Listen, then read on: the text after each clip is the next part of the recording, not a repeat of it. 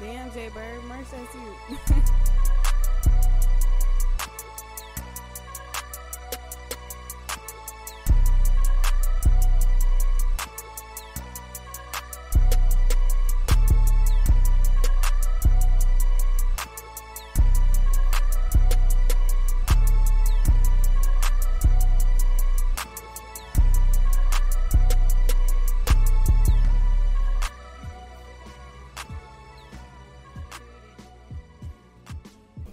Welcome to the Black and Balanced podcast, a place that we like to think as the ratchet, I fucked that up.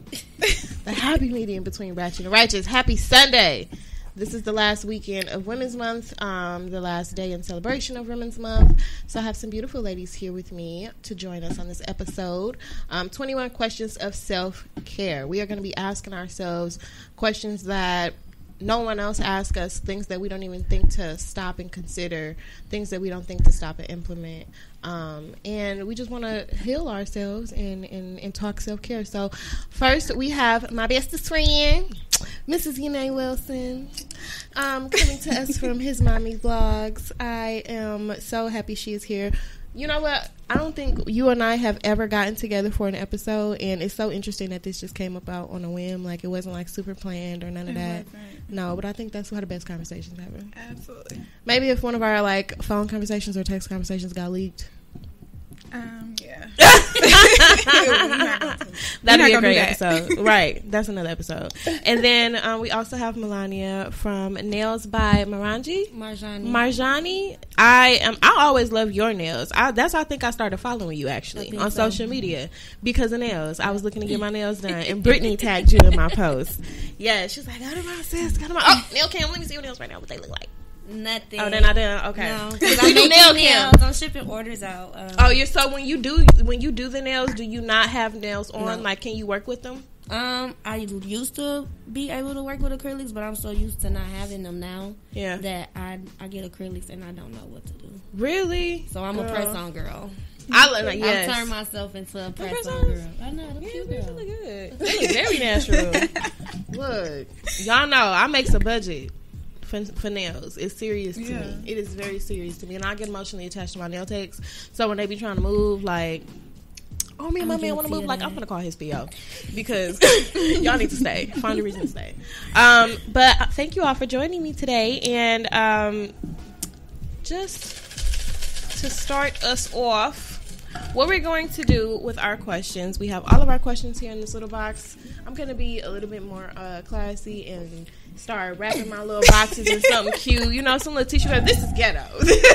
This here is hood. But that's okay. And I wanted to make this just random and like a free-flowing conversation because I think a lot of these questions and topics, some of them I researched, some of them I came up with myself, really hit on things that literally nobody asked women. Nobody asked black women. We just had a whole month where we celebrated women and all of the hats that we wear and all of the strength that we have, everything that we do to contribute to the world. And oh my gosh, we just make this place such a, so great. And, there are still things that while we're being admired for that strength, for that, diversity, for that flexibility, it's still stuff that's not even being addressed when it comes to us and when it comes to our self-care and when it comes to what do we need, to be poured back into and to thrive and to feel fulfilled. So I kind of just wanted to put some of those questions out on the carpet and have a conversation about them because you just never know, we got to open up, and I think that's how we pour back into each other. Some people don't want to talk about stuff like that, though.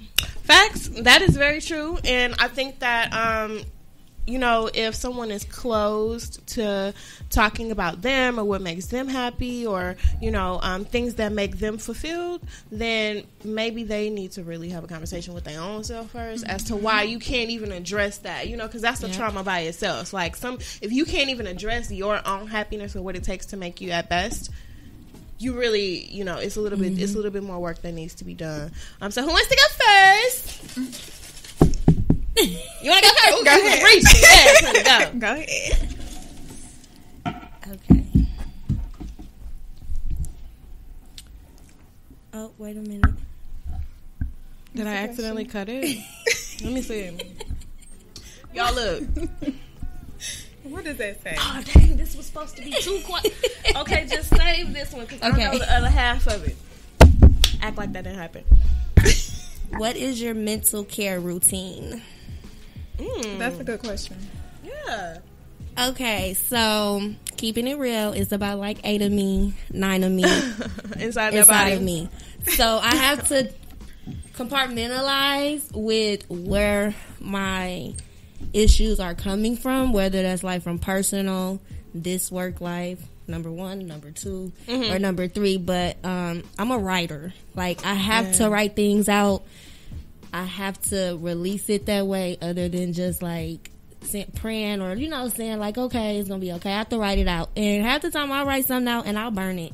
Like I'll burn it, release it that way, or I will write it and then write again. And oftentimes I'll find old notes from when I was going through stuff, and I'm like, dang, like that's how I noticed that when I come up here to Milwaukee and it's cold, I go into like a seasonal mental depression. Yes.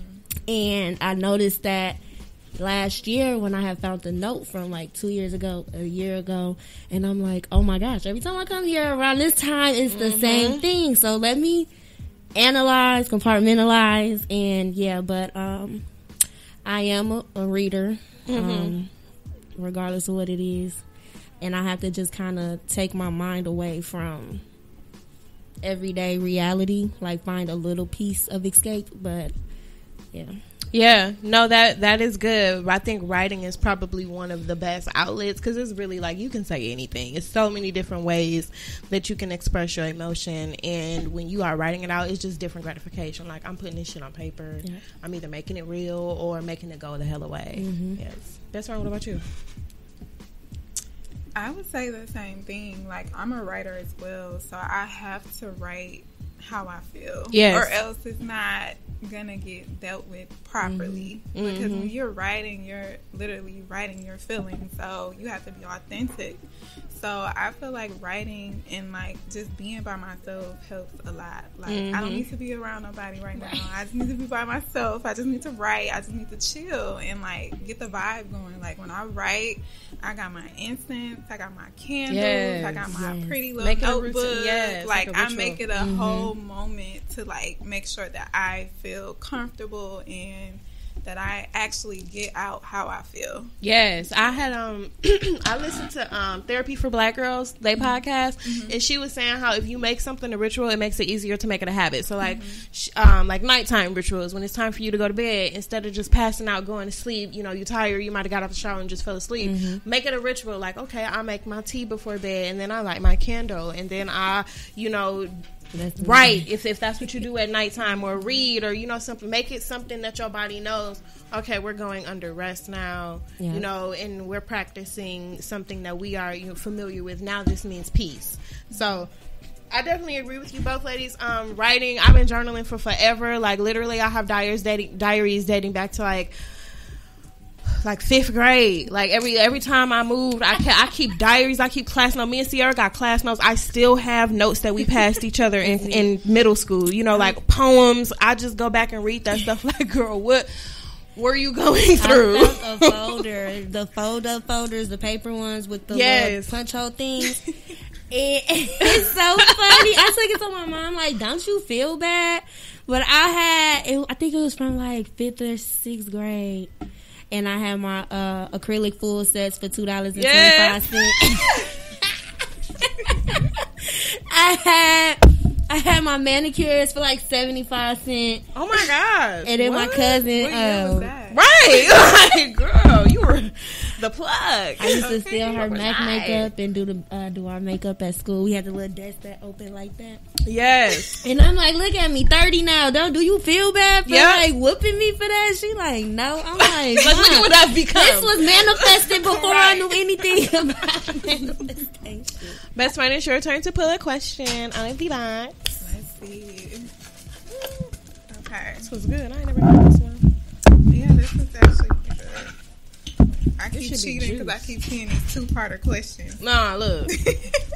Don't be putting them back. Let's see. So, this is a really good one. This one says, are you hard on yourself? If so, why? Yikes. Are you hard on yourself? If so, why? Why are you talking to me? That's your question, ma'am. You pulled that question. Absolutely. I am very hard on myself. Why? Because I just know where I want to be, where I want to go, what I want to do. And life happens every day. So, like, things get in your way, like, and you can't help that. So, like, it's hard when you're trying to reach a goal and stuff keep happening and you're like, it's throwing you off and it's just like, you don't know what to do with that. So, like, I'm just always hard on myself. Like, I could have did that better. I should have did that better. I should have said that. Like, I'm probably going to watch this playback and say, oh, I should have said like honey, I don't listen to episodes. That's why. I don't. That's me either. And people are like, you didn't, no, I didn't even watch it. I didn't listen to it. I don't know anything. I certainly don't watch them. Oh, no. Sometimes, like, it takes me a while. Yeah, it is. Sometimes it's cringy. I'll be like, oh my God. Like, last episode, I went to go use the bathroom. In the middle, like, while we were on air, we were live, and I just had, I came from I had so much packed in one little time period in the morning. I really had to go to the bathroom, and I was just like, you guys, I'll be back after these messages. And I had to run down the hallway, run down the corner, and I'm just like, you know what, Kirsten? That was ghetto, and no radio station is going to deal with you and your ghetto antics. But, it's just, it's easy to be nitpicky like that about yourself because you might have a vision of how you want something to go in your head, or your plan that you made is going to go XXX, and it makes perfect sense. It makes perfect sense, and you've been doing everything right, and it's exactly how, and then something just throws you a monkey wrench, and you be like, well, what the fuck? Well, I was doing everything right. Like, where did I go wrong? And now you start finding things that were wrong, and now you start blaming, finding reasons to blame yourself or to blame a habit, and I think that because we all know, we have that vision, especially when you're creative and you're a visionary. It's so hard being a vision. I see it first. I see it, and then I see it, touch it, feel it, smell it. And it's just like, it becomes real to me. So I can't rest until it's just like that. But that doesn't allow room for unexpected greatness, and it doesn't allow room for a mistake, where you have to give leeway for both, at some point. Like, my aunt was telling me something really like that kind of resonated with me, and I keep it in the back of my mind when shit don't be going my way. She said, balance is always restored. Every day, every sun cycle, there's always balance restored. So if you woke up and you had a really, really great day, and you've been on a great high, like, everything's going good, serotonin is high, you feeling good, something has to happen. And not to, like, say, oh, you just can't never have a good ass day. Like, damn, a bitch can't never just have, like, but like there's always a balance. It's never going to be 100% great, and it's never going to be 100% bad. And when you know that, and stuff be happening, and you just be like, you know what? Yeah. It's easier to be like, okay, balance is being restored. Stuff be happening. I'll be like, damn, is this from, like, 7 years ago when I did this and this and that? Like, I think about that too. You weren't supposed to do that. I think about that.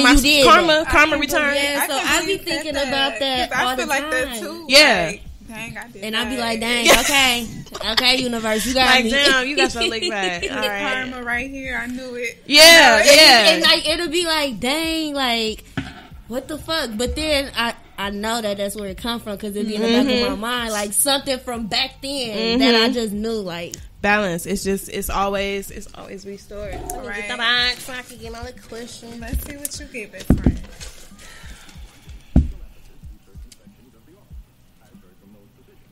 What do you do to encourage yourself?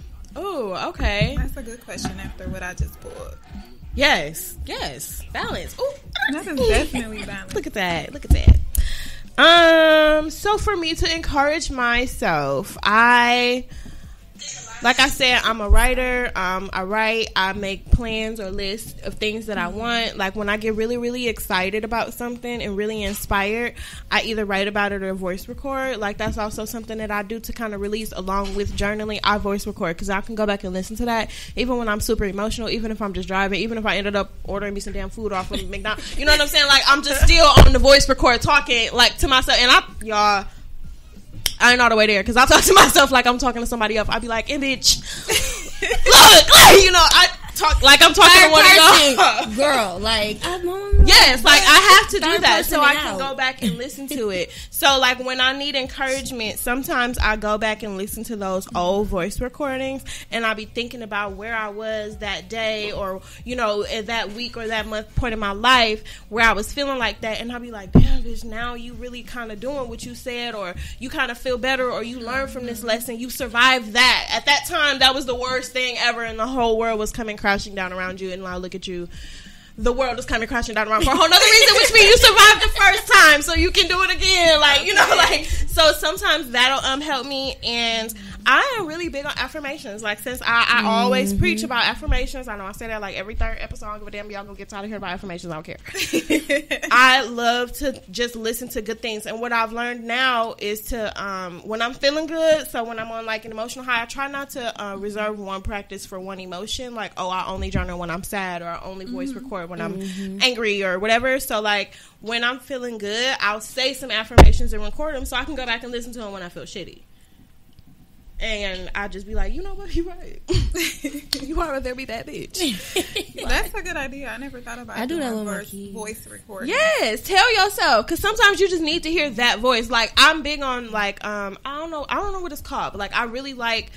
I have a thing for voices. Like for my yoga instructor, I will only go to her for a long time because it was like her voice was like therapeutic to me. So for me, it's just like hearing that familiarity, and it makes you feel like a little at home. So when it's coming from you, especially if you're the type of person like for me, I make it very public. I live with, I won't say suffer from, anxiety and depression. So sometimes when your head and anxiety, it will lie to you. It will lie to you so bad, and you just need to hear something.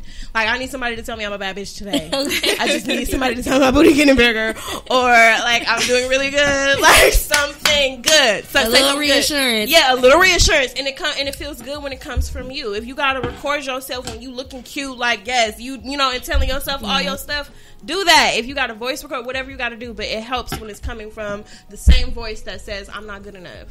I should have tried harder. I failed. You know what I mean? Like those things really will set you free. I agree. I like that. I do that with my babies though. Like if they say something like I'm like, school just so hard or something, and then we'll be on the phone and like they'll just like I'll secretly record them because sometimes too like that's my reason, my purpose. You know what Absolutely. I'm saying? Like so it'll be like I'll play this little voice like, "Hey, mommy, hope you having a good day. Aww. I know it's hard, but just breathe. Aww. Like." Take a deep breath, walk away for a couple minutes, like, because I do that with my kids. Like, okay, what's wrong? Let's talk about it. Or you want to fight? What you want to do? Yeah, get it out. Like that. We finna talk about it first. And then however you want to feel, we going to still, and they. Yeah. Kalani like just turned 6, so she be like, okay, deep breath. Like, she's so extra, but. Yes, but no, I'd rather her be like that at 6 than 16 and can't be. Yeah. Outspoken or like talk about her feelings and stuff. My son too, because they're basically taught you can't be emotional. No, right, talk about it. No, and I think that the emotional intelligence being taught that early is super important. Like you need to be able to teach your kid, or somebody needs to be able to teach these kids collectively. Sit down and feel your feelings because. We're dealing with a generation of people who snap off like this, and now someone's dead because you got mad. You know what I mean? Or you sad and you don't know how to handle it, so you out here wilding. And it's just it's imperative. Like it's really imperative to their emotional and mental growth and to their contribution to society to know how to help to deal with their feelings. And it's not everybody don't need their behind whooped. Everybody needs to be yelled at.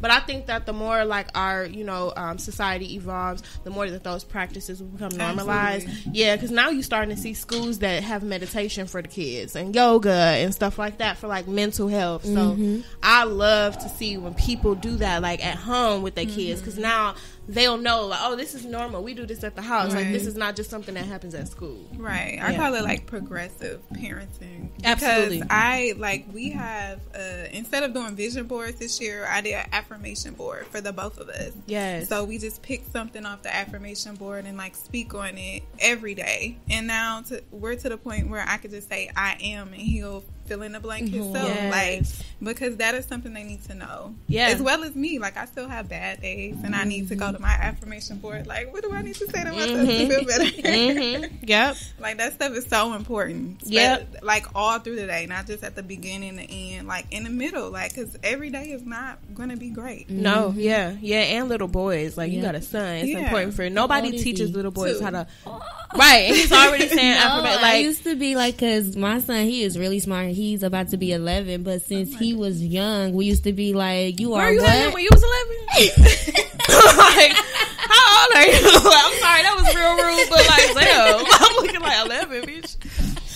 No, I'm 30. I'm 30. Oh, okay. Oh, my goodness. But like, we taught him younger, and it's so crazy because at that age, you are a young, intelligent black man. You think with your mind and not your hands. There you think go. before you speak, and when you say something, you mean what you say. Because then, if you can't repeat it, you weren't supposed to say it, and it literally sticks with him. Like I'd be like, "What are you?" He'd be like, "My young, intelligent." Yes. And he might, you on his nerves right now, but one day he gonna be like, yeah, and he gonna know that, and the way that he handles himself is gonna be completely different. The way that he handles women is gonna be completely different. Like, I was just having this conversation with a friend of mine, like, when you dealing with a man that loves himself, he moves completely different than a man that just want to love you. Okay. You know what I mean? Like, no, nigga, love you too. Please. And I be quick to remove myself. Like, nope, I already would. Like, they be like, what do you see? What I see is how I am going to react to you, unwilling to acknowledge your actions and change. So I'm going to remove myself because I already know how I am. Yeah, and if you don't love you, you're not going to love me enough. I just know you're not. So. And that's just that on that. Right. We ain't even going to go back and forth. Yeah. Like, You're not even going to waste my time. yeah, because please. Okay, who's next? Who's next? Go. Is it me? I think so. Hi, y'all. Wait. When was the last time you took time to disconnect? I just wrote a blog about that. I went to Guam 2 years ago. Okay. And when I went on a mission. I went as a travel dancer. Okay. But so I was working at a club. And they pay for your flight, room, and board, and you get a paycheck. Like, it's the whole to do with it. So when I got there, I was on a plane leaving Hawaii to Guam. I'm looking out the window like, girl, you know you're not supposed to be on this plane going out here to do this. Why did you feel like that? Because I knew I had so much going on in my life at that time. Mm-hmm. A lot of stuff, like, to this day, people still be like, you know, how did you do that? And I had to compartmentalize because I built a brand in the sex industry. Like, okay, you know, it's not that you're selling yourself. So yeah, I'm Melania, but I'm also Milan. Mm-hmm. And I had to, it was a lot to keep it. So I'm like, okay, well, I'll be around the water and the ocean and, you know, whoopty-whoop. Yeah. And when I got there, it just went, I stopped working at the club and I was just there for like 2 months, 2.5 months. Wow. So did you like turn your phone off? My phone, it just didn't work. I can imagine. Eventually, like, it didn't work. I had to end up getting, I had to get like a prepaid phone, a pay by day prepaid phone. Okay. Wasn't no Walmarts, wasn't no Walgreens. I had a Kmart. Interesting. And it was like a tourist place because it's like the only Kmart still in the world. Yeah. I met, like, it's just literally a rock. And everybody knows, like, they knew I was the new black girl there that wasn't in the military. So either you a tourist or in the military. Mm-hmm. Okay. And they immediately were like, oh, okay, well, what club do you work at? Like, but I was like, I knew I was transitioning out of that particular avenue. I was working in the industry, but when I was out there, I'm like, this is just a perfect time for me to get back to myself. I even took some nail stuff with me. I did some press-on orders. Yeah, period. Yeah. And I was doing it, like, but it was really crazy. And it was just like, only time I could use my actual iPhone or my computer was when I was at Wi-Fi at the house. And so you wasn't even in your phone, like, oh, nope. And it's so rural, like, there's no malls or anything. Like, the only thing for you to do is to go to the beach, and it's so many different natives there. Like, everybody just, it was just so crazy. Like, literally what you would see from villages. Like, you watch TV and you like, dang, they like real welcoming. But yeah. Island people do be like that, like really embracing, especially when you find like really small islands. Like I went to Aruba for my birthday one year, and Aruba is 22 by 24, so it's literally as long as Locust, like literally, and only as wide as maybe Locust Capital, something like that. But they were all very like, oh, how can we help? How can we warming and welcoming? And I'm just like, do not make me relinquish my citizenship.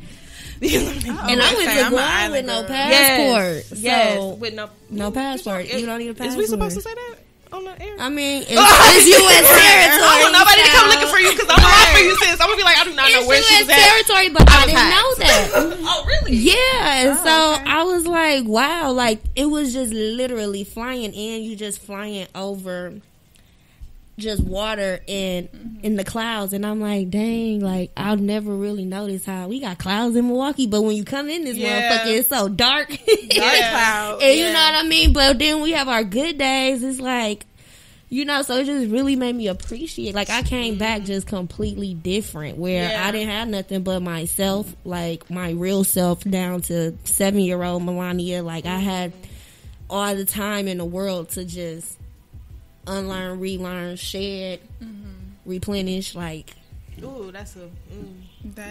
I really want to go on a vacation now. Look, girl, I want to go on a staycation. I want to right. What about you, best friend? When was the last time you got a chance to disconnect? I say I make that a practice in my like self-care routine, because I'm doing so much. I have so much to do that I don't have a choice but to, or else I'll go crazy. Yeah.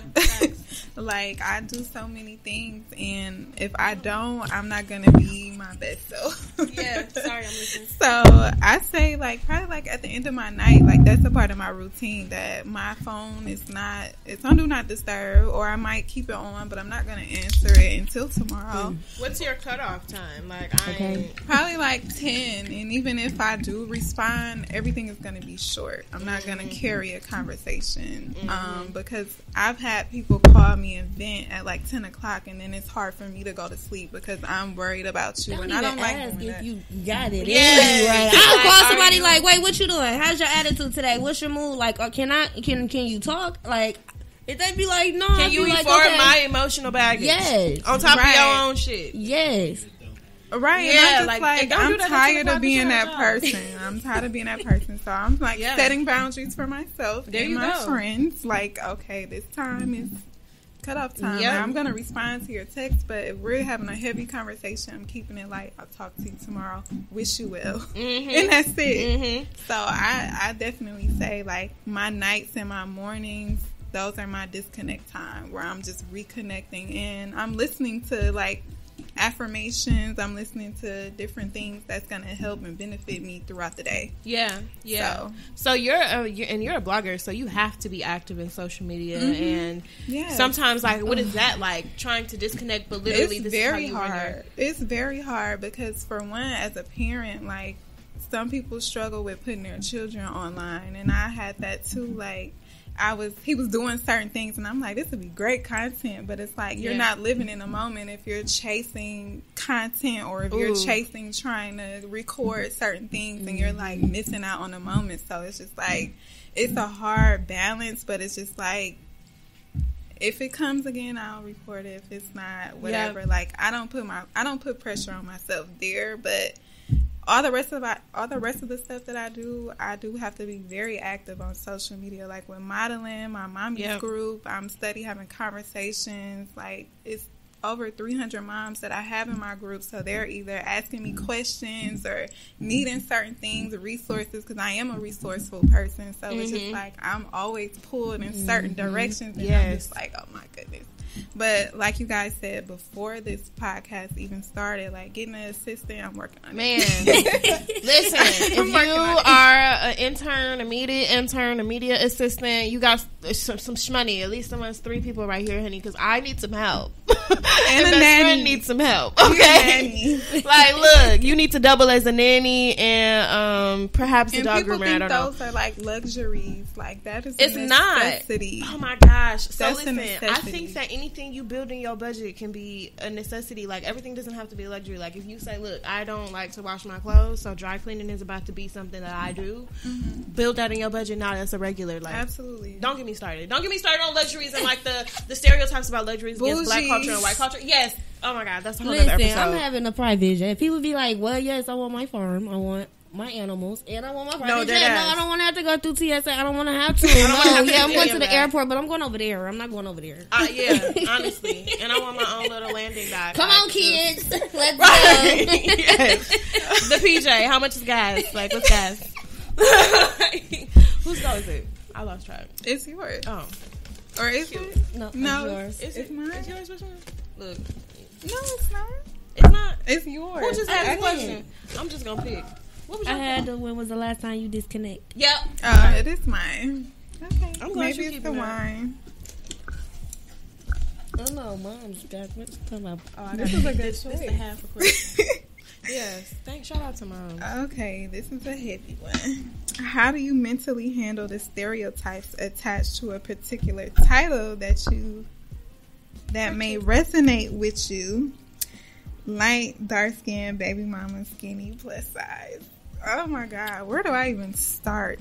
The light skin. The light skin. How you gonna say? Oh, okay, I'm sorry.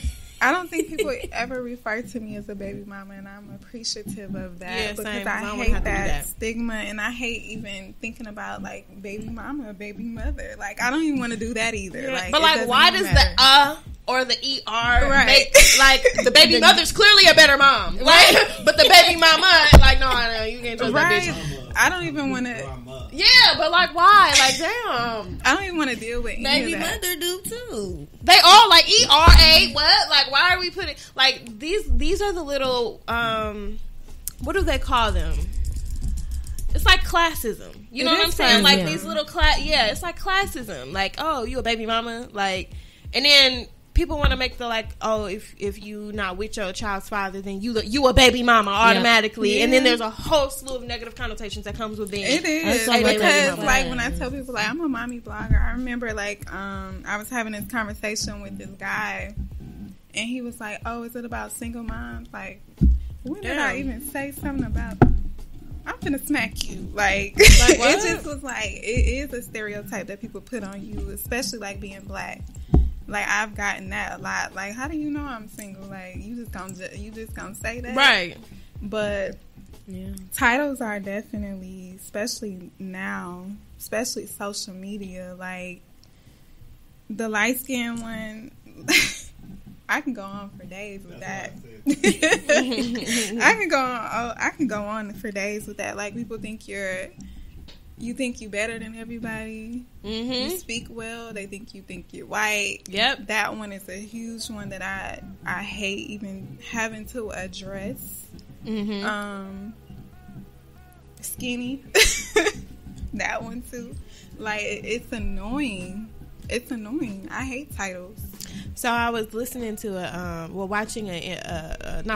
reading an article that Sweetie had did, and you and I have had this conversation about pretty privilege, and it's like when people, deem you a pretty girl, or they see that you carry yourself a certain way, you speak well, you like to be, presented a certain way, like to look a certain way, being taxed, like there's all of these negative connotations that come along with you. So we don't even know sometimes how we're subconsciously working harder to not do that. And like I learned that I was doing that as I was reading the article. I'm like, damn, like it's very true. Like if you're a pretty girl, and in my head, if someone says you're pretty or you look good or you did it, automatically I want to say thank you. I want to make sure you hear me. I want to make sure I compliment you back, like, because I don't want you to think I'm a bitch because I'm pretty. You know what I mean? Like these are all the things. And then there's a whole dark side to that, because there are sick people out here who get off on harming pretty women or doing, gruesome things to beautiful women or hurting beautiful women's feelings. Like it's really a thing. Like it's not just, some, oh my gosh, woe is me, you know, I'm pretty and someone wants to hurt my feelings. Like, it's literally a thing. So it's like you kind of have to be on guard because you don't want nobody to think you mean and you don't want nobody to stereotype you as, you know, that stuck up pretty girl, but you also don't want to be too sweet where it's like now you look like a walking lick and you know, like you're just making yourself available for anybody to do anything. Yeah, I haven't dealt with like the pretty girl situation from more so women but guys, like, and a lot of my more abusive relationships came from that. Like, oh bitch, you think you too cute or you think you too pretty, like, okay, let's see how you feel with this black eye, or you know, like things like that. So it goes both ways, because some guys, you got a pretty girl, but y'all don't know what that pretty girl going through at home, like, and I had to do a lot of self-esteem recovery. Like, I got a question for y'all. How do y'all handle backhanded compliments? Compliments like, I don't. You're cute for insert stigma here. Yeah, I get that with the skinny. I don't date skinny girls, but you're cute. Yeah, I'd be like, monkeys are fucking cute. Yeah, I get it. No, what? Like, that is the or this and that, but and I acknowledge, like, I like to make. So this is what I do, especially when people give me, because I get the "you're pretty for a dark skinned girl" all the time, and some people don't even realize that it's offensive. So when I do, I make it uncomfortable for them just a little, like. So if I was light skinned, would I still be pretty? Or like if I want to know what's pretty about me. Is it my skin color or my face? You know, like I want to know. Like, you need to know that that's not a compliment. I had one guy inbox me and tell me, he was like, I usually think dark skinned girls are dirty and ghetto, but you just so fine. Like, I just don't think that about you. Ooh.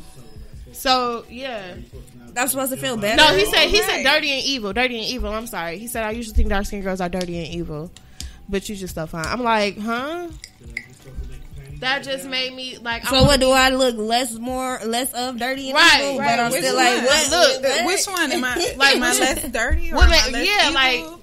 So those are the type of things that motherfucker. And then it's like, I'm supposed to be honored. Like, oh my gosh, thank you for not thinking I'm dirty and evil. oh my gosh, whew, that was close. I was almost dirty and evil. This motherfucker, like, you know, like, so I just people and it's the ignorance behind it. It's the ignorance behind it, and it's the constantly I have to defend myself. So like, whereas if you're, you know, not feeling like smiling or not, you know, not maybe you want to look down one day, or you know, with certain skin tones, if I'm just like no makeup, no, I don't have this problem because I'm fine, but you know, like, I mean, no, I'm telling you, like, this is something that the darker women deal with. Like, we don't get to be angry.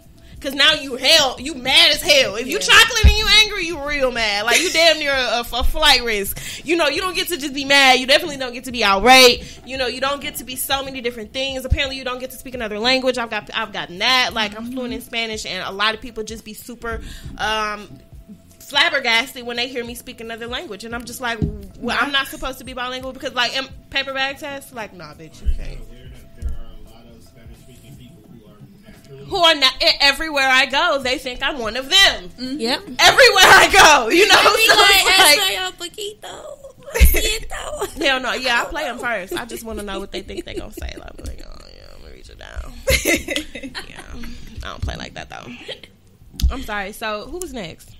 You. Oh, okay. This was a good question, best friend. Yeah, that was a good one. Oh, how often do you prioritize yourself? Ooh. So I'm not gonna lie, I kind of take my self-care a little seriously. Like, I'm a loner naturally. Like, I'm such an extrovert, I'm an introvert really. And I make sure, and because I know that about myself, I make sure that I restore balance by taking self-time. So if that means me just being in my room all night, or if that means me, you know, just going to the lake by myself, if that means me saying no to small things too, because like I learned that like I used to be so on the go, and it was because I was filling my day and my, you know, my obligations with things that really weren't that important. So if you was like, hey Kirsten, at, you know, 5 o'clock you want to go to happy hour, I'd be like, oh yeah, and then best friend call me like at 7 o'clock you want to go to dinner, I'm like, oh yeah, and then best friend call me like, oh at 10 o'clock you want to go to the club, I'm like, oh yeah, like I would just You know what I mean? Because like, oh, okay, I got the time. But then I was running myself down. I really wasn't, I was just over-obligating myself. So I've learned how to just say no to some stuff. Like, I gotten a lot better at being like, you know what, I got to stay in this weekend. I can't. Right. Because sometimes you just need that time to recharge. And I try my hardest to really, really practice doing that and not feeling guilty about it. Because like, when you're a first child, I have a little sister, so when you're oldest, or when you're an older sibling, or when you parent, a child of an entrepreneur or an entrepreneur yourself, it's so many people that might need you, or so many things that can pull you in a different direction, and sometimes you just have to say no, even if you like, okay, I could just make time for it here. No, sometimes you just have to say no. So I have learned how to say no and not feel bad about saying no, because then I'm not really giving myself the gratification I needed by saying no, because I can't rest because I'm in guilt lane. You know what I'm saying? Like, damn, I really could have just stopped and went to the store. No, like, no is no, and I'm gonna take that no and ride with it. And it should be made normal for individuals to say no without feeling guilty. Like, especially with family ties. Like, family will run you down before facts anything. And I didn't learn that until I was about 27. Because I'm the only child from my mom, but I'm the oldest of 25 from my dad. Whoa, girl. So, what? Can you say that again? 25, honey. You only 30. I'm the oldest out of 25. So from my mom, my mom had, I was the only child, but I would be without my dad. Mom said I'm the first being. All 24 you bitches. Y'all was next. Not the titles again. Oh, sorry, right there. Oh, okay, sorry. But and see, even with that, like, everybody know, like, she the only child. But when I get over there, like, oh, okay, her mama take care of her. She at home, good school, but I go with my dad's and I'm with all my siblings, and I'm like, okay, you know what I mean? And that could be overbearing sometimes, because if a parent lacks in a place, they'll look up to you. You become that parent. Yeah, like, they'll look up to you to fill in, like, you know what I mean? And that, like I say, being on the show, I take my relationships with my siblings very, very, very serious. Like, so I had to learn to be like, no, hell no. Like, and it hurt, but, and I tell my kids now, like, my daughter be bossing my baby and my son around. I be like, tell her no. You're right. It's okay to say no, just because she your big sister, or child. We got to teach that in the black family, because I know I'll be abusing my little sister. I ain't even gonna lie. I am on the cross, honey, because like, I be like, can you go downstairs and give me my charger? That's the best friend. What's the question? How do you prioritize yourself? Absolutely. It's hard, though. Or how often do you prioritize yourself? Sorry. It's hard, though, because, like, being a parent, especially with a child so young, like, everything you do is for them. And it's kind of like, it has to be that way. So it's kind of hard. I say I work towards it, like, because I already know, like, that's something I need to be doing. Like, I even have family people, like my mom or my sister, send me, like, some money in Cash App. Like, don't buy Sire or anything. Buy yourself something. Like, or somebody, like, I'll watch him, you go somewhere, because they just know, like, it's just me and him all the time. So I appreciate my support system, for one, for making me realize that, you do have to put yourself first, even if you are a parent or a single parent, whatever. Like, you have to find that time. So I started, like, therapy and stuff, because with saying no, that was a big hard for me. So that's something that I practice. Like, I don't really say no like that, but I'll be like, I'll think about it, or I'll let you know. Like, you can have those types of responses versus saying no before you get to the be like, hell no, I ain't doing that. No. Yeah. Can we just really quick unwrap, because we all said the same thing, like, about saying no and prioritizing ourselves by saying no. Like, I really want to know the psychology behind why people avoid saying no. You know what I mean? Like, is it the disappointment? Is it that we, because I know for me, like, I struggle with this just in general. If someone asks me to do something and I tell them no, I think back like, damn, well, when I asked them to do such and such, they did it. And it'll make me feel instantly bad, like I'm not being, like, equal. It's actually, I learned about it in my psychology class. Cause, I'm going to school for my Associate of Arts, Global Studies, and I want to do psychology because I feel that there is not enough therapists that could talk about certain ways. As a minority, we grow up within a household, and certain surviving mechanisms that we had to become accustomed to causes a lot of our mental issues. But they talked about that. It goes basically from like nature versus nurture, and a couple of other theories where if a child does something, depending on how they were rewarded or how what their need was perceived, that's going to determine if they're going to do it or if they're going to ask again. Okay. So it is, I forgot detail of it, but it is it's different, like integrity versus, I forgot, but it's like different things like that, and it talks about that. Wow, yeah, that's something that really needs, because that's way too often. Like if you, and I don't ever want someone to feel guilty about telling me no. You know what I'm saying? Especially if it doesn't serve them. Like if it doesn't serve you, or if it's just gonna be a hindrance to you, don't go out of your way. Yep. Don't do it. And I already have a thing about asking people for something anyway. Like I will, baby. It's very rare that I ask people for stuff. Rare. And I learned that was a trauma response as well. It is, being overly independent. It is. My therapist told me that. She was like, you don't have to be like that, especially when you know you have people in your corner that will hold you down, and you still just be like, no, like I'm good. Like I know my mama gonna go hell or high water to make whatever happen, and I ask her to happen, and I just still will go, girl, I'll be down to my last $17. Because my mom be like, do you need? And I'll be like, no, I'm gonna still give it to you. I'll be like, you don't have to do, like, she be like, girl. That's one mom, or else she'll still send it cash out. I send it back, and then she be like, can't turn my phone off, and then she'll send it back, like. Yes. But see, we blessed to have that. That is genuinely something. Because a lot of people don't have that, and I don't sometimes I don't understand. Like you can't. No, the parental, like it makes me a little confused too. Like I'll be trying to be empathetic about something, but it just be flabbergasting me sometimes when people tell you things that their parent has done, or that they, things that they don't get from a parent that you might get naturally, but. That just automatically be like, damn, I'm grateful. I'm grateful. Like me and my mom, we better now. But growing up, it was like water and oil. And now that I'm older, like we talked it out and stuff, but it's still some things that she's done where I'm like, damn, I got a boy and a girl. You know what I'm saying? I could never. Yeah. Like, but I have to understand she's not me and I'm not her. Yeah. So certain characteristics and responsibilities or things I think is a priority may not be to her. Like, you know what I mean? Like, when is enough tough love? Yeah. Like, you get what I'm saying? And I don't want my kids to feel like, oh, that's tough love. Like, because, how we are now, I wish I maybe would have had some of that as a teenager, because in certain ways I adapted, and routes I took I wouldn't have, bless you. But that's because I was missing. I feel now that I'm a mother, it was certain motherly things that I was missing that, I got it from my grandma, or she gave it to me, but it was like, it's no blueprint for parents. And so maybe she thought, okay, well, she know I love her, but I needed to experience that another way. Yeah.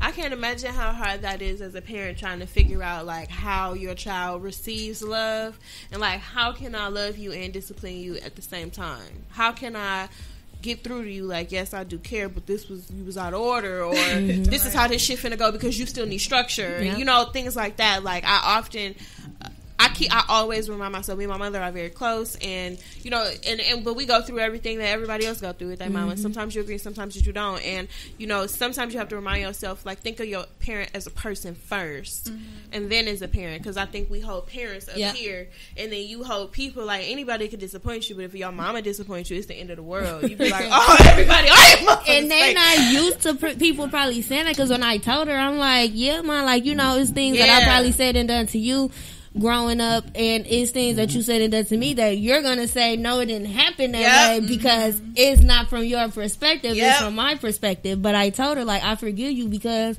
nobody taught you how to be a parent. You get what I'm saying? Like, I don't know how my nana and my grandpa was, like, so I forgive you, but what are we gonna do about it now?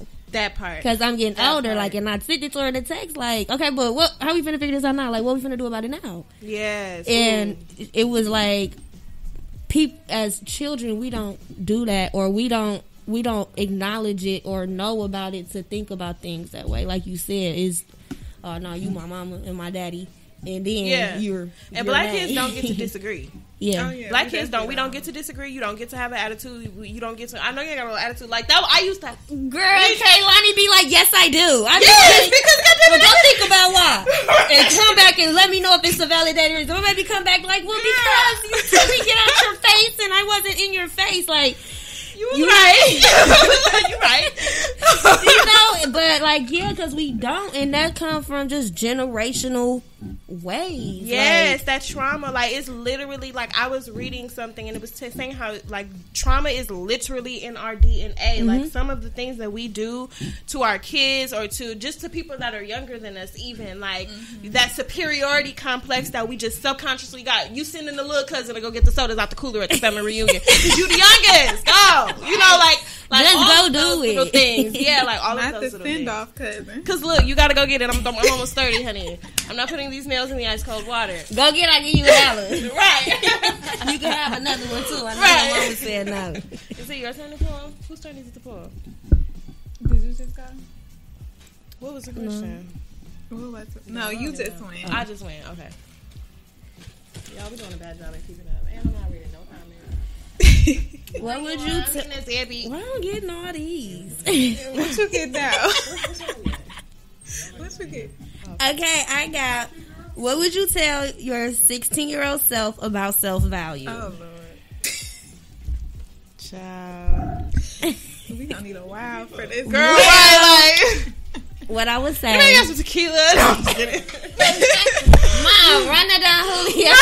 You got to keep it out. Honestly. No, what I would say is, well, just like, this is another thing people don't talk about, but it's very common. I was molested by the time I was 16. So, I would tell myself, like, that don't make you. Just because that happened to you, that doesn't make you lesser than. What they told you when it occurred doesn't make you less than what you know you are. Like, that doesn't make you tainted. Like, I would just be so forceful with the reassurance of just, regardless of anything that has happened to you, it doesn't make you anything less than gold. Like, anything less than gold, regardless of how, because at 16, that's a very important time. People don't understand. A pivotal age. And that, honestly, I think the events that happened to me around that time kind of influenced my way in life with certain things because of what I was told and me not believing otherwise. So I was just like really force the fact that regardless of anything, by the time I was 15, I had my first stroke.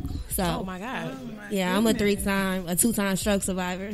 Wow. They had, the third one wasn't like really a stroke, but it was the effects of it. How did you know you were having, did you know that's what was happening? When I was 15, I didn't know. I was diagnosed with high blood pressure at, about 8, and then I was diagnosed with a kidney disease at 10. Oh wow. But I remember just walking to my grandma's room. I'm like, Nana, I don't feel good. She like, what's wrong? I'm stuttering and stuff. I'm like, I don't feel good. And I just passed out. And when I woke up, I would have like the droopiness. I couldn't talk. I couldn't write. I had to learn how to write. And then my second one, I couldn't walk. So a lot of things just like genetically. And I feel too it's karma from my parents. Oh, like it came back on you. Yeah. Oh, wow. I feel like that, as well as just karma from myself. But not at 8 years old. Well, no, I'm talking about like being older. Okay. You get what I mean? Like, just certain things where before I knew it, I had odds against me. Yeah. And if I probably would have been told more or reassured more or been known like my worth more at a younger age, it would have been effective now as an adult. Absolutely. I definitely feel that way. I definitely resonate with that. Best friend, what would you tell your 16-year-old self? Yeah, that was. You're like, oh my goodness. Girl. Lots of things, like lots of connections. Like, y'all, I don't be trying to get on here and be like, because I'm a step ass bitch. Okay, like I will cry. Trying to put it together. Like, don't cry. Like, girl, I ain't got no lash glue. It is not the day for that. Mine is I would tell myself to have more fun and to enjoy being younger. Mm-hmm. Like, 16, I think I had just transferred to Tulsa East, and like coming from MPS to a non-MPS school, like a lot of transfer credits didn't happen, so I was so busy trying to make up for all of this stuff, and then like working too. Like I had like a work study class that I could just leave school and go to work and get credit for that. So, like, getting a taste of, like, getting your own money, your own check, being your own adult person, whatever. It was just, like, it was go from there. Like, I was just worried about what was next and how I get the next, or how can I work more hours to get more money to buy my own stuff, to do whatever I wanted to do. In fact, I wasn't really doing anything because I got work release, so I'm working like a real job at 16, like from 2 to 10. Like, right, like, damn, you got a shift. I Like, got a real shift. I'm 17. And now I got to go home and go to sleep and go to school and then go back to work. So I would just say, like, I would just take time out to enjoy being 16 with no problems. Did you go to prom? I went to prom, yeah. Long story, but yeah, I made it. I never went to a prom. I almost didn't make it. Did you have your baby when you were in high school? Nope. Out of high school? My mom was a travel nurse, so I was already traveling around. Like, by the time I was in 8th grade, we went to California. I went to Dominican, got kicked out. Don't be bullying up on my friends. No. Got kicked out, went to a school in Texas, and then I came, and my senior year I went to Riverside. Oh, what year was that? 2009. We were at Riverside in 09. Yeah, we was. That was our last year. That was our last year there. We both were sophomores. Okay. Oh, so wait, when did you graduate? 09. You graduated from Riverside. Oh my gosh. That's so funny. Right. Interesting. I did not know Riverside that. was a blur for me. It really was. And I was like never in school because I'm like, okay, what I'm learning my senior, I already learned. So give me my homework. Like I was working in a strip club my senior year. Okay. Like I was going to the school, turning my homework, and my papers, and going straight to Chicago. Like I gotta go. Yeah. Yeah. So it was real different. Yeah. High school was I think that. If I could tell my 16-year-old self anything, ooh, girl, we have so many conversations that we would need to have. Like, don't do this, don't do that, don't give a fuck about this. I would definitely tell her to not consider anybody else's opinion over your own. That would probably be my first bit of advice, because at 16, I just was so consumed about what people thought about me or what I look, you know what I'm saying? Like, so I just was super insecure. So don't consider anybody else's opinion over your own. Discipline yourself. Learn discipline early. I would have taught myself discipline early. Now I understand why they tell you I have to be on time for class, because now I can't be on time for shit now, like at all. Probably gonna be late to my funeral. You know, like, who knows? Like, I would definitely tell her, discipline yourself and stretch yourself as much as possible when it comes to, just believing in what you can do in your own dreams and your own aspirations.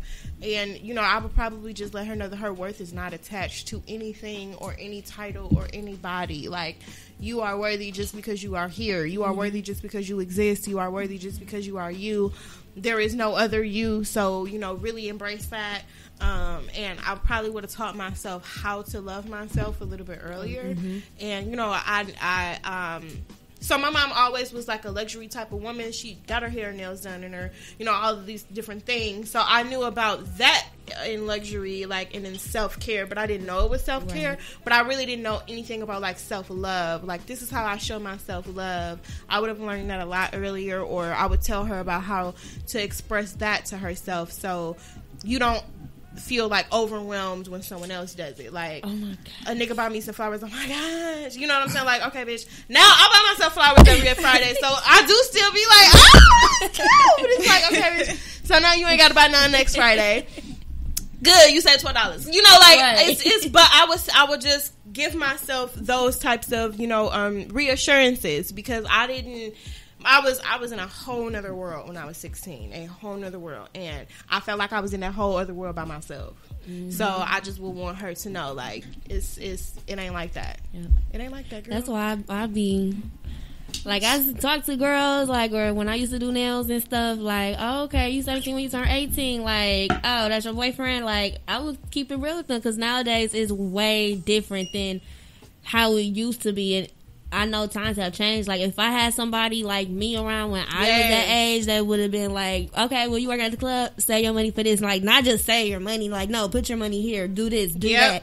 No, specifically do this. No, you do this to avoid that. Like, and I had people like, today somebody was like, are you getting paid for the podcast? I'm like, no, why would I have to get paid? Like, who knows? Whatever we're talking about, I could maybe help a young woman that's somewhere in the same boat as me. Like, I don't have to get paid for that. Yeah. Like, me knowing that I help someone or somebody know that they're not alone with certain shit, that's more than enough payment for me. Right. It's like, universal currency. Like, I know I'm a helper. I'm a healer. Like, that's just naturally. Like, I always been like that. Like, I've always been the youngest out of my friends, and I've always been the one that younger girls, even guys, like, go to, you know.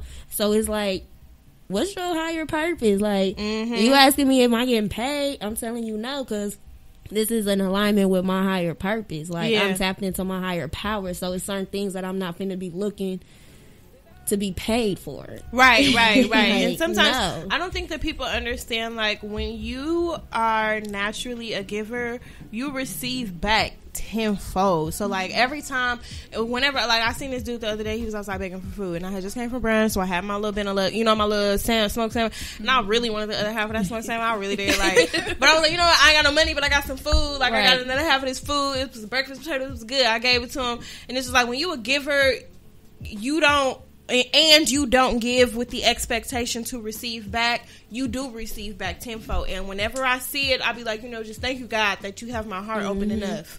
You know what I mean? That my heart is open enough to be like, don't worry about it. I done did a whole lot of free shit. I done did a whole lot of stuff that people said they were going to pay me for and didn't pay me for. You know what I mean? Like, or I just didn't get the return that was promised to me. But, you know, you receive tenfold. And yeah, thank y'all. But one day we gonna be able to pay everybody. Just not today. And her mama when he got the wine. So, you know, when we paid it back. We did pay it back. We're going to do one more round of questions, and then we're going to close out, you guys. I make it sound mean. Let me see. I'm nervous. Okay, who knows what she done fucking wrote down? I was just going. This one, I could give my best friend her flowers. Oh, okay. It says, is there anyone in your life you feel safe being 100% vulnerable with? You know, I'm a crier. Don't do that. No, but Kirsten, that would be my person I'll pick, because she already know I'm going with permission. Like, I'm not going to unload on That's her. when it does What ask. you I love doing? that. Because I need help. Like, what you doing? I'm in a crisis right now. It's always a midlife crisis. Like, I just finna say a low level crisis or midlife. And then I text her back like, I'm sorry. Good morning. It's okay. Like, I literally did this last week, so this is easy to talk about. Like, my best friend, yes, she always gonna be that person I'm gonna call and ask first, but she already know, like, that's my person that I'm always gonna be 100% real with, authentic, and it's vice versa. And she need me, I'm right there. What do you need me to do? That's my first question. What do you need me to do? Yes, Can I help? and that's good. Y'all like that, because some people don't have that. Like, I try to tell people, like, okay, you talk about your family is annoying, this and that, but it's literally some people that literally have no one. Like, no one, and they're in fucked up situations, in prison. 25 to life, like, they don't have no one. Parents die, brother and sister That's don't scary. look like, you know what I mean? So I be trying to tell people, like, be just thankful and appreciative for who you have and what you have, like, regardless how much, like, absolutely. That gratitude, honestly, especially people who who don't have to love you how they love you. Like, I grew up with a lot of cousins, a whole lot of cousins, so we naturally have that bond with each other, and it's beautiful. Like, I'm grateful. I didn't have like siblings growing up. My little sister was born when I was 12, so I was the big sister on that side. And then on my biological dad's side, we found people as I went along. So I had to like make family and make siblings with people around me. And because I was the only child for so long, I you know, you got to make a lot of friends, bitch, so you'll be by your damn self. You know, like, otherwise you're bored. So, you know, I was able to do that. And I always, when people be like, you know, I ain't got no friends, or I don't talk to nobody, I don't trust nobody, I'll be like, damn, like, what a depressing life, because I don't know what I would do. Like, you know, and you know, vice versa. Like, the person that I know I can be vulnerable with as well is Yanae, and you know, I'm blessed to have a team of people that I know I could be 100% vulnerable with. Maybe like 4 or 5 people that I can call and say anything, and I'm not gonna get judged. They're gonna ask me, are you expressing for a response, or are you expressing to vent? Right. You know what I'm saying? Do you need advice, or do you need guidance? Are you looking for me to tell you if you was right or wrong, or are you just looking to get it out? You know what I mean? Like, and I equally respect them enough to be able to tell me those things, and to be able to say, you know, oh, well, this is where you fucked up, or this is what you should have did, or this, that, and the third. So it's important to be able to build those types of bonds with people, because we only see ourselves from one view, but they're on the outside looking in. And when you know someone have your absolute best interest at heart, you know they're not going to tell you anything wrong. You know they're not going to, you know, they're not going to lie. If I call your name and I ask her something, she's going to give me the blunt, honest truth about it. You know what I'm saying? And I don't have to second guess that. So I think a part of that vulnerability comes with knowing that there is no judgment that exists there. You know what I mean? And we be so quick to judge ourselves and be hard on ourselves and keep things in, because we just think that, oh my God, nobody in the world can relate to this. Right. But that's kind of why I started the podcast, because I wanted people to come be able to talk about those things that we push back into the corner crack of our mental closet on the air, and somebody gonna hear it and be like, oh my God, bitch, I be feeling like that too. You know, and you know, that's just how we build our strength and our vulnerability. So yes, best friend, thank you. Thank you. Yes, that being able to just talk that shit out, like, balance that shit out. Right. That's what we call it. Because it sucks for anybody that don't have that. I couldn't imagine going through this stuff that I've gone through and not being able to have somebody I trust. Yes, and somebody outside of family. Sometimes, you know, even because I know you have a lot of siblings, sometimes you need to talk to somebody that's literally on the outside looking in. Like, you don't have a biased opinion. You ain't got no reason to side with this person or that person. You just literally giving me the real what it looked like from the outside looking in. Right. You know what I mean? And once I hear that, if I'm wrong, then I'm wrong. Or people, like, going back to the titles thing, people think you a certain way. Yes. You tell them you did something, they looking at you like, yes. Oh my gosh. Like, yes. People that be taken aback, like, look, bitch, I might have a story and I did some stuff. And I just need to know. I need some advice. I don't need you to ask me why, you know, like, don't judge me. So yes, thank you. Ooh, vulnerability. Let me see.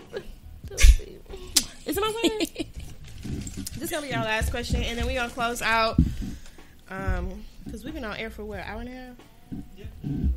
I don't like that question. I'm going. But you don't get to do that. I don't like that one either. You don't get to. I kind of make the rule in this bitch. No, I'm just kidding. I'm totally not like that. Oh, okay. I'm kind of glad I picked this question. What you pick? Because. Ooh. Okay, this one a good one too. Okay, but. So this question says, how does your career or industry impact your personal life? Oh, wow. So, not gonna lie, I picked this question because I honestly wanted the both of you to answer them individually. So I'm gonna go real quick. Y'all go first. Actually. Okay, wait, what is it? How does your career / industry impact your personal life? Okay, well, the explicit industry that I'm you can go. You can be open. We wrong. Right. She a sex worker. Was I not supposed to say it like that? Yeah. Oh, okay. Working girl, sex worker. That's so you wrong. Ain't your mama know. All of this, all of that. Okay.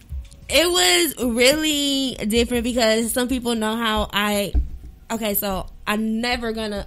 Once in sex work, always in sex work. But it's gonna be what level of sex work that you're in. Okay, so can you kind of get into those levels? It's like you have your webcam girl, and she's that's like OnlyFans type shit. OnlyFans, that's what I want to be. Videos, like mini videos and stuff like that. And then you have your escort, you have your companion, your sugar baby, and then you have, I call them. That's what I want to be. Yeah, it's things for that. Okay. We talk later. And it's also, I call it, a lot of people will call it a stump down. Like, she'll walk the blade, what's that be? The blade, like in Vegas, when the working girls, or even like here on North Avenue. I mean, it's not the same. It is, you know, but that's still walking the blade. And you have girls that would rather be alone, or girls that will have pimps, or girls that will have like boyfriends that know. It's just all different levels to it. So with that one, I had to keep it different because I'm a mother. Like, first off, I'm a mother before anything, regardless of whatever.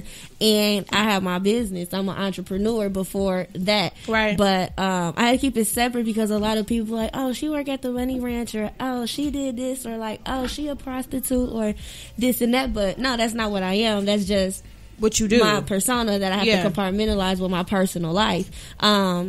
And it did get real difficult, and a lot of times, like, even my grandma get on Facebook like, okay, we knew that though, like, we all knew that about baby girl, like, y'all want to try to blast her, but we knew that. So it's different.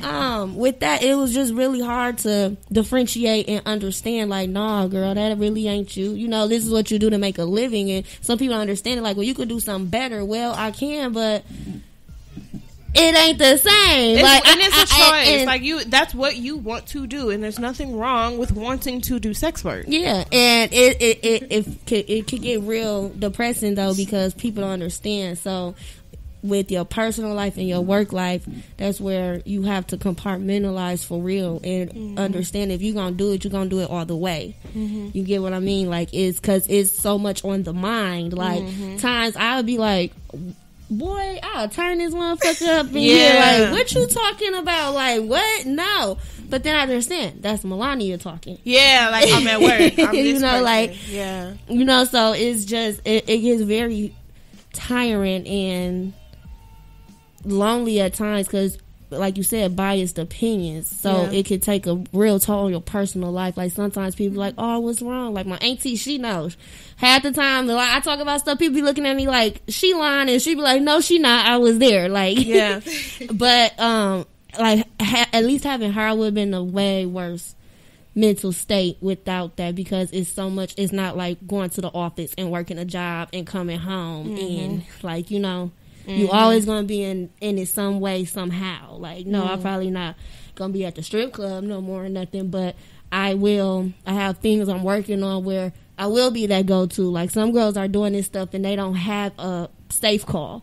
Okay. And I made it my responsibility to be like, hey, if you're going to do this, you can send me your location. You need help screening stuff, I'll help you. Like, but that takes a big toll on me personally too, because I have other things going on that's consuming me. Like she said, it's very different to do your job and then do your calling and mix it with your personal. Yeah. Okay.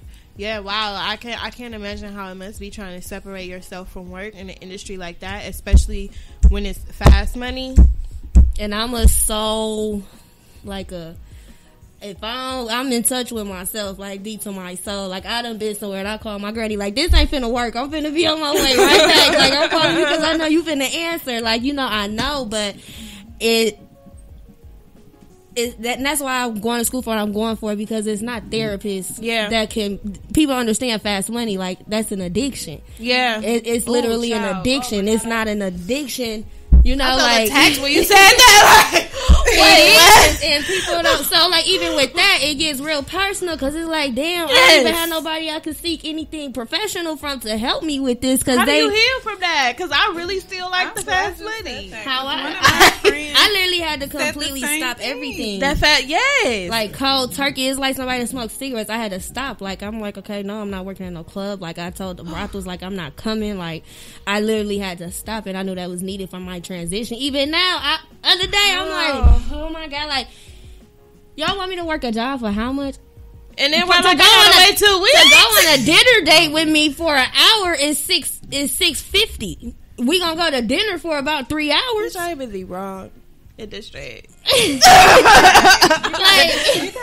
what I mean? So, it fucks with my head. Like, and I know I'm not alone. Like, it fucks with my head because y'all want me to work how long? First off, they really want you to work 3-4 weeks before you get a real paycheck. You want me to work how many weeks for free when it's 24 hours in a day? Breakfast, lunch, and dinner. Yeah, and once you learn how to make your own money and make fast money, you always be trying to figure out how to fit it in. Like me, like now that I've juiced, I learned how to hustle. I've always known how to make me $1, but you know, I'll be like, hey, pull up to my job, you want to get these juices? I be slanging juices like it's cracking the 80s. Like, where you at? I'm finna meet you in traffic. I'm on 76. Okay, here I come. Like, you know, like. I'm gonna figure it out, and when I'm not doing it, it'd be like, damn, I'm really just depending on this work check. Like, that's it. Yeah. You know, so you have to. And I'm in school full time, so it's just like now I'm just dependent on. You know, it's like, dang, I'm going from making this to. I'm in school full time. Like, I can't even really give me a part-time job because my school's so crazy. Like. But I know that it's needed for my personal growth. I know that it's needed for my personal well-being. Like, I know that it's needed. Like, it's essential, and it's just you gotta do what you gotta do. That's crazy you said that because one of my friends, she does kind of the similar things that you do, and she was saying she spoke to her therapist about it, and her therapist, she said she took on like this fascination versus help. Like, how do you, like, she thought, like don't be living vicariously. Right, like, she wasn't really getting the help she needed because she was so fascinated from that lifestyle. What do you, like, and it's like, y'all need something, but I feel like it ain't gonna be better. Nobody better for that than somebody who was in it. Yeah. You know what I mean? Like, so you're saying you want to be someone who talks to girls that are in sex work as a therapist. I'm going to school for Yeah, oh my God, hell yeah. Because of that, like, hell yeah. Look, don't steal her shit because ain't nobody did that yet. It's already. I got my name. It's play like that about people ideas. It's established and everything trademark. I'm just waiting on to get the right chorus because it's things. That's needed. Amazing. That's like amazing. It just clicked to me, like, yeah, because everything she was saying, my friend was just like, she really took on this fascination. Like, she couldn't wait to talk to me and hear what I did next. And it was just like, you're not helping me. You're fetishizing my life, where it's not a fetish for me. It's a problem that I'm coming to get help in that industry, we're already a fetish. Like, I had guys that be like, I've always wanted to be with a black girl. What? I'm just, what do you mean? Like, what's the difference? Like, because honestly, it's all the same. It ain't all the same, but it's the same structure of the same system. But, so, what are you talking about? Like, is it biased that I just don't feel like it's the same with them? No, like, pink dude. Like, how was that? And then you have to think about the conversation. That's a whole nother conversation. And you got to think about it. That fucks with you daily because you're gonna go home and be like, well, are a lot of people like this? Like, you know, in that industry, like it is. But that's another thing. So we have to compartmentalize. Like fetishes, like trying to call black women niggas and stuff. Like, why they? When I was a phone sex operator, I had this one guy and. We were talking, and then I must have said something how I said, I'm going to say it with a twang. And he knew I was black. And then he was like, oh, we could have went around about this a whole different conversation. And I'm like, what the fuck do you mean? Like, what? The operator came like, call and they're like, no, this is a anything goes site. Like, if they want to, no, I'm not doing no racial. What do you mean? No racial scenarios. No, nothing. No. Like, girl, he was like, what he say? He said something like a monkey. Oh yeah. Now and I'm like, do you get to see their card? Like, how can you know? No, you call a number and you log in, and it's like I got get a W-2 for it and everything. Like, it's, wow. But it's so much you have to. But it's so much more that you have to just deal with. Wow. Okay, so we got a Spendy block. Yeah. Yeah, we got a Spendy block. Yeah. No, don't take her. This is my guest. This is my guest. Do my episode first, bitch. No, I'm just I'm kidding. Well, I had a great time with you ladies. I'm so happy that you came to talk with me. And we got through a lot of our questions. Actually, we got a lot left. Please recycle these questions. I'm going to use these again. That was her question. Okay. It was just, I had gave her the other half of it. But yes, we had an amazing time. Thank you. Thank you so much for the conversation. That was great. Thank you, ladies. Fun. Where can we find you all on social media? How can we follow you? Best friend, what are your handles, your many handles? Oh, my goodness. So you can find me on Instagram and Facebook at His Mommy Blogs, and that's also my website. So you can go there and subscribe. Yanae Nawan is my personal page. Spell that. Oh my goodness. People don't be knowing how to spell your name, girl. Yanae, it's Yanae. Nawan, which is my middle name, is Najuan. You can find me on Facebook. If you want to find my personal page that has all my modeling pictures and want to book me for anything, you can hit me at Miss414 on Instagram. So I'm not really a social media person, so I'm not gonna tell you add me on Facebook because I delete and activate. But Instagram is Melania, Melania, Marjani, Marjani, 2 underscores, and my clubhouse is Melania No Trump. Bitch, promote everything. You got an OnlyFans. You got a what else? If you want to book my girl for a dinner date or something, mention the Black and Balance. You might have to pay me too. No, I'm kidding. And what is it? My nail Instagram, I do take press on orders. Is I'm gonna have to put me in Nails order. by Marjani, and I don't have a website, but if you want to contact me about any help or anything in the industry, guys and girls, you can contact me on my Instagram and or Mingle with Milan. Mingle That's with all Milani. I'm going to say. However you find it is how you find it. Okay. Hashtag Mingle with Milani. We definitely want, once you get everything together with your business or with your organization, we want to have you back because I know that you have some valuable information about men and women in the sex work industry, and I think that's a really important topic to cover. So, thank you. Thank you for coming. Thank you for being a part. Thank you for Follow us, like, share, comment, do all of that good stuff. This episode will be dropping in about 3 days. It usually takes about 3 days to load on all of the platforms. So if you have missed the live, you can always rewatch this on the Black and Balance Facebook. Follow Black and Balance on Instagram and Twitter at Black and Balance, and like our Facebook page. Till next time, bye.